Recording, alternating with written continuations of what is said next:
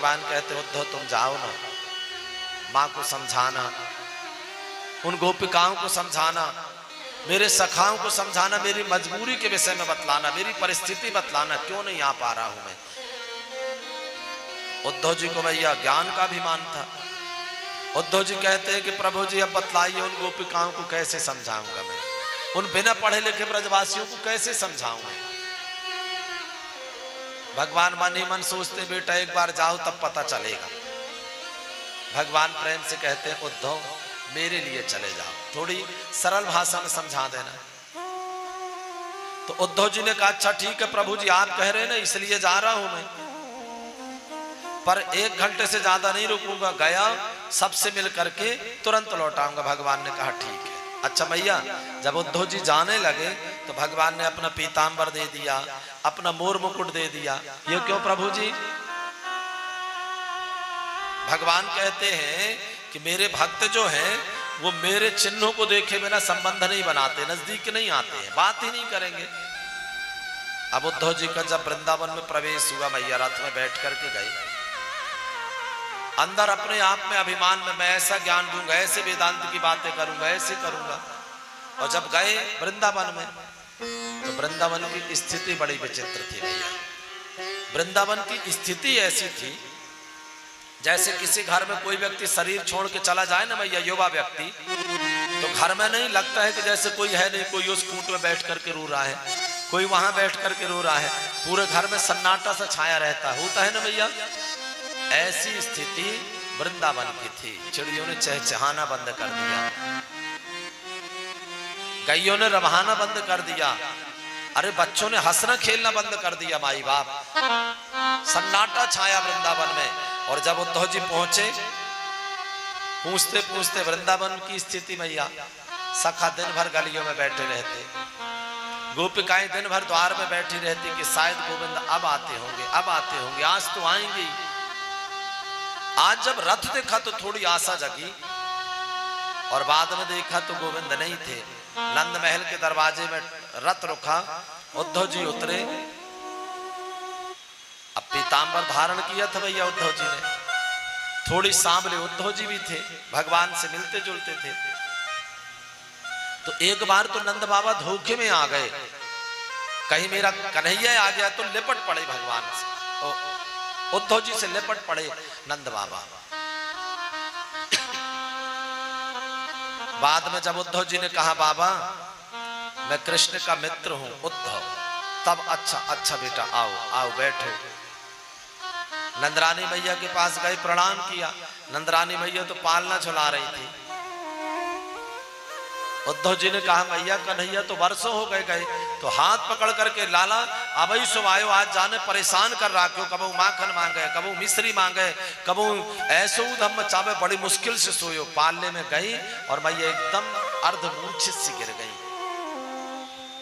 और उद्धव से कहते हैं बेटा क्या करूं, मुझे लगता है कभी यहां से आवाज लगाई देता है, कभी यहां से आया जाता है। उद्धव जी समझाने लगते हैं कि भैया जिनको आपने अपना बेटा मान लिया है ना, वो ब्रह्म है, वो भगवान है, वो निर्गुण है, निराकार है, उनके कोई शरीर नहीं होता, कोई आकार नहीं होता भैया, वो कण कण में विराजते हैं। नंदरानी मैया कहती है क्या कहा बेटा तुमने, उसके पैर नहीं है, क्या कहा तुमने उसके मुख नहीं है।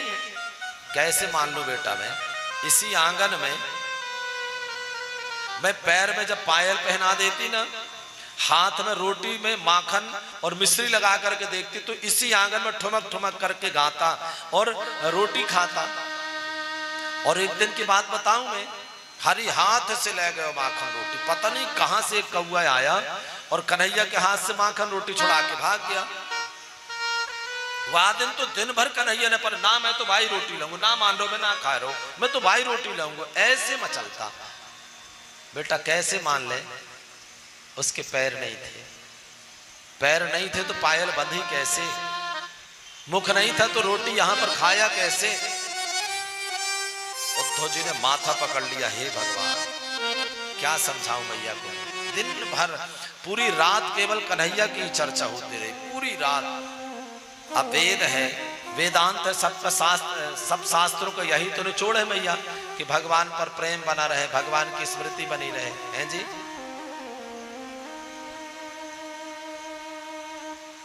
मैया ने पूछा कि उद्धव बेटा ये बताओ कि हमारा कन्हैया हमें याद करता है?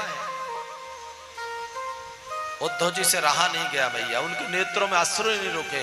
कहा मैया हर समय आपकी याद करती, इसलिए तो मुझे आना पड़ा। बस ये बात को सुन करके मैया को प्रसन्नता हुई। दूसरे दिन प्रातः काल संध्या बंदन से निवृत्त होकर के राधा रानी के गोपिकाओं के दर्शन की लालसा से उद्धव जी गए। गोपिकाएं बैठी हुई थी एक जगह,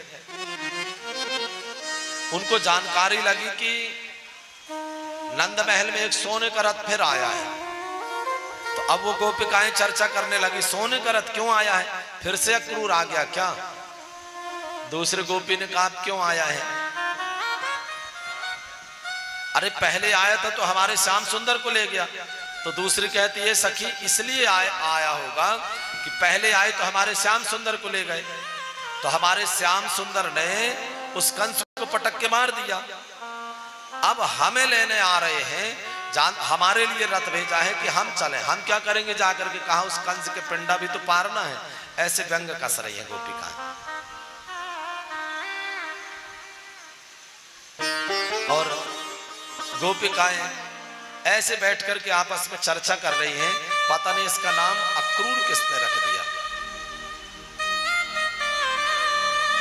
गोपिकाएं बैठे भैया भगवान की चर्चाएं कर रही हैं। जी आए, प्रणाम करते हैं और प्रणाम करके बैठ गए। आपका संदेश लेकर के आए हैं। ऐसे बेचैन हुई, अच्छा संदेश हमें सुनाओ, हमें बताओ, हमें सुनाओ। तो उद्धव जी ने हाथ जोड़ करके राधा रानी से कहा कि जिनके लिए आप ऐसा रोती हैं वो कहीं जाते थोड़ी नहीं है, वो ब्रह्म तो कण कण में विराजमान है। और उन ब्रह्म में मन लगाइए, यहां वहां भटकाने की क्या जरूरत है? तो गोपिकाएं कहते हैं उद्धव जी आपको क्या लगता है हम उनसे मिलने के लिए रो रही हैं? अगर मिलने के लिए रो रही होती तो मथुरा कितने दूर है? 15 किलोमीटर। दिन में 3 बार चले जाएं और आ जाएं हम। और हम नहीं चाहते कि हमारे कारण हमारे प्राण प्रियतम की लीलाओं में विघ्न पड़े। फिर रोते क्यों हैं? कहा ये प्रेम करने का हमारा तरीका है, याद करने का। दूसरी बात आपने क्या कहा? वो ब्रह्म कण कण में विराजमान है। चलिए हम मानते हैं कण कण में विराजमान है, आपके अंदर भी विराजमान है, हमारे अंदर भी विराजमान है। आपने मन लगाने के लिए कहा ना। तो ये बताइए कि आपके वाले ब्रह्म कुछ ज्यादा ज्ञानी है क्या? हमारे वाले कुछ कम पढ़े लिखे हैं? उद्धव जी ने कहा क्यों? इसीलिए कि जब आपके अंदर भी वही ब्रह्म है, अंदर हमारे अंदर भी वही ब्रह्म है, तो एक से ज्ञानी होना चाहिए।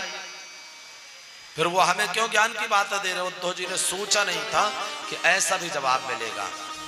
गोपिकाएं कहते हैं उद्धव मन न भये 10-20, एक हत्यो जो गयो श्याम संग। अब दूसरा मन कहां से लेकर के आए?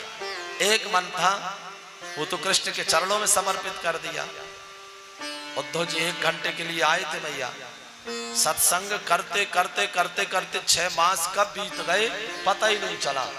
7वें मास में उन्हें होश आया तो परमात्मा से प्रार्थना करते थे कि हे प्रभु जी कभी अगर मुझे अब जन्म देना तो इस वृंदावन में देना। आशा महु चरण रेणु जुसाम हम श्याम वृंदावने किमपि गुल में लतौषधि नाम। प्रभु जी अगर इस ब्रज में मनुष्य नहीं बना पाए तो लता गुल में औषधि यहाँ के घास बना देना। कम से कम इन ब्रजवासियों के चरण पड़ेंगे माथे में तो मेरी बुद्धि तो ठीक रहेगी। और फिर जब गोपिकाओं की वंदना करना प्रारंभ किया तो उनकी वंदना नहीं किया, उनके चरणों की नहीं, उनके चरण रज की वंदना करते हैं। वंदे नंद ब्रज स्त्रीणाम पाद रेणु मवीक्षण। और 7 माह के बाद जब होश आया तो विश्वास दिला करके आए मैं गोविंद को लेकर के आऊंगा। मथुरा आए और खूब रोए, प्रभु जी आपने बड़ा गलत किया, अभी चलिए मेरे साथ। भगवान ने कहा रे उद्धव जी को ठहरे। और ज्ञानी जी कैसे हैं? उद्धव जी ने हाथ जोड़ ले कि प्रभु जी अब तो हंसी नहीं उड़ाएं, आप चलिए मेरे साथ। तब भगवान ने राधा रानी के संग में, सखियों के संग में भगवान ने दर्शन दिया। उद्धव जी को समझाया कि मैं इन गोपिकाओं से या व्रत से कभी अलग नहीं होता, बस ये आपके अंदर प्रेम की कमी थी इसलिए हमने आपको भेजा था।